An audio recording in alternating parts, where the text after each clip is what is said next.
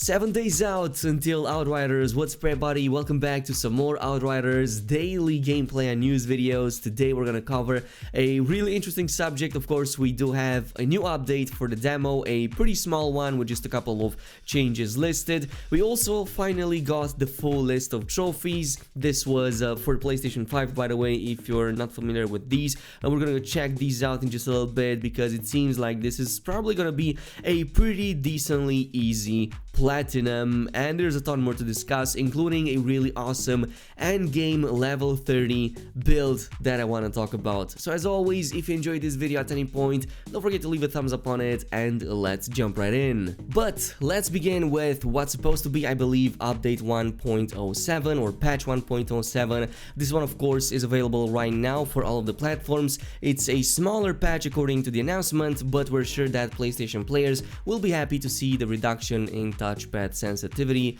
So here are the changes listed. First of all, for all of the platforms, crash fixes and minor bug resolutions, as well as backend improvements.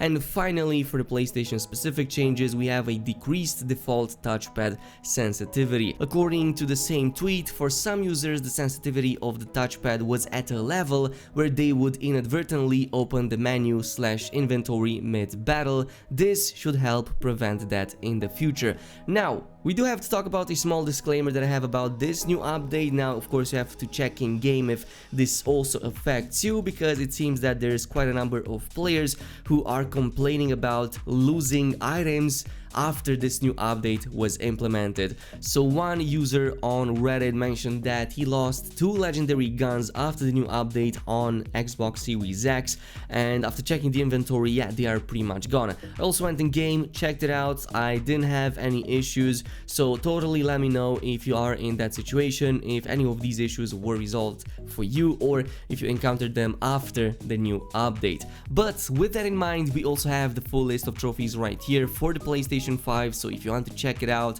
I'm gonna put a link down below that you can follow. But from a quick glimpse that I had, it seems that it's a pretty easily attainable platinum trophy, or decently at the very least obtainable, because it doesn't seem like there's anything too overly complicated, maybe with a few exceptions here and there. But there are a number of achievements that I do want to focus on because they kind of paint a picture of what we should expect from the full game, and I do want to go over a handful of these because they seem to make references towards possible bosses that we're gonna fight in the main campaign. Like, for example, Gauss at the solar tower is listed there as well, and this was the end boss towards the end of the demo, so the first chapter of the game. But there's others in there too, including for the achievement Malpractice. Put an end to Skurlock is probably gonna be the boss that we're gonna have to fight in a chapter after that. And then there's at least another one, Fatherhood Ain't Easy boss, defeat Yagak in, I'm not really sure how you pronounce that, but basically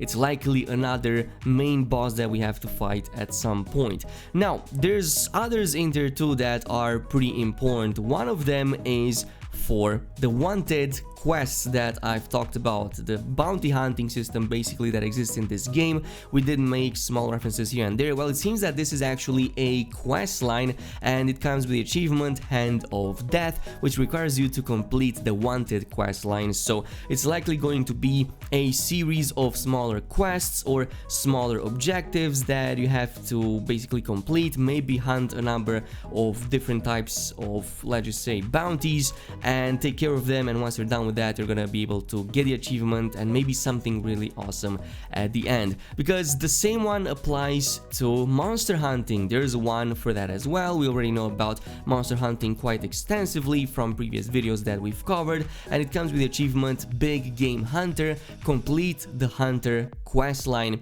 is going to be the requirement right here, and we do know already that that already includes smaller achievements where you have to go ahead and fight with different kinds of monster boss enemies, take them down as well as their swarms, and you also get some really awesome loot as a result of that. Now, a really interesting achievement right here that caught my attention is called multitasking. This is just for the silver trophy, by the way. So this requires you to complete 25 side quests, and then there's also the golden trophy that requires you to complete all of the side quests, but in this case it doesn't give you any number. So what this means is that we have at the very least 25 side quests in total to go ahead and complete. Now this could either imply that whatever that golden trophy is might be double than this, so maybe 50 side quests in total, or maybe like 10 or 15 more in total. But yeah, this is what I need to know right now. There's at least 25 side quests in total, which is pretty decent. That's something that you're going to be able to go ahead and constantly repeat and reset, because yeah, they are on repeat every single time.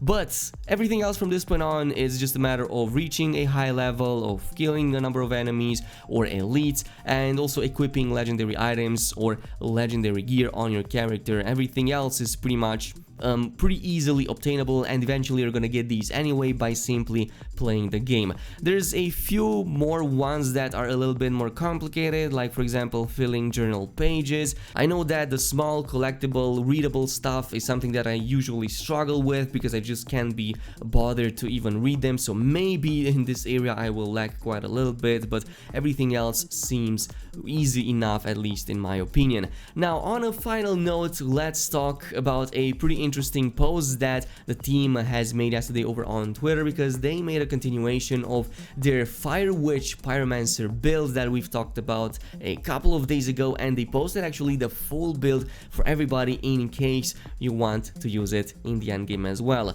So going quickly over this and giving my opinion of it, the three skills that this build uses are Overheat, Phaser Beam, and Eruption, with the second and the third skills right here being something that we haven't seen extensive footage yet, but yeah, they are some pretty awesome abilities that we saw small teases here and there, including through that build showcase. But Overheat, we already have it in the game. It basically deals damage to all enemies within a large radius, interrupts their skills, but also consumes burn effects onto enemies, assuming that they have them, for even higher damage. So that's how you're gonna typically use it. You're gonna set enemies on fire, and then you're gonna use that Overheat to cause higher damage, but also to have that interrupt/stun effect. Then we have the Phaser Beam, which is kind of like this, I'm not really sure, like Final Flash kind of ability that I really like, except it shoots a beam of fire, so you fire an energy beam that deals damage that benefits from status power. So if you increase your status effect, you're gonna obviously benefit a lot from that, inflicting burn and causing interrupt to enemy hit, as well as enemies within a small radius around you. And finally, my favorite from the Pyromancer at around level 22 is gonna be the Eruption, explosive skill, create a volcanic eruption beneath the selected enemy, dealing damage to all enemies within a small radius of the target, and the eruption also spews lava, dealing damage over time within a small area. And by the way, you're gonna have two of these with this build, since one of the items gives you 2 charges of this. This is how it's going to look like in your skill tree, by the way, fully specced into Tempest to take advantage of that anomaly power, so that you deal even higher damage with your spells, and only a small little dipping toe right here into the Firestorm, just for a cooldown reduction right there, and maybe a little bit of HP to provide a little bit more survivability. But everything else here is anomaly power, and it's gonna give you quite a ton of bonuses to that. Now, according to the team, this is how you will use this build. So you will start with Overheat, follow with a Phaser Beam, and then 2 eruptions at, well, either the same time or immediately one after another. And then you're gonna start again with the Overheat, but then you're gonna jump into Eruption, Phaser Beam, and you're basically gonna play on cooldown from this point on. So this is likely going to be a pretty low cooldown type of build that you're gonna be able to spam, especially with the Overheat. You're gonna be able to even like control the battlefield quite a bit, and the eruption is going to be spammable all the time, so really useful. Meanwhile, Phaser Beam is something that is probably going to be amazing against bosses with the interruptions and whatnot, or against elites, but also for setting enemies on fire, so that Overheat is even more potent the second time you use it. Also, starting with the Overheat will provide you a 12% anomaly power boost damage to all enemies, so that's a pretty big chunk of damage that further buffs your other abilities in the sequence. And the cooldown on the Overheat, the shortest is going to be about 6 seconds, so that is pretty wild.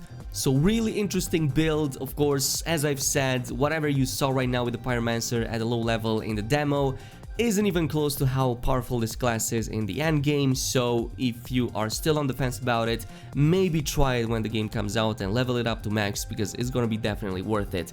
This is it, thanks so much for watching, and I'll see you guys in the next one.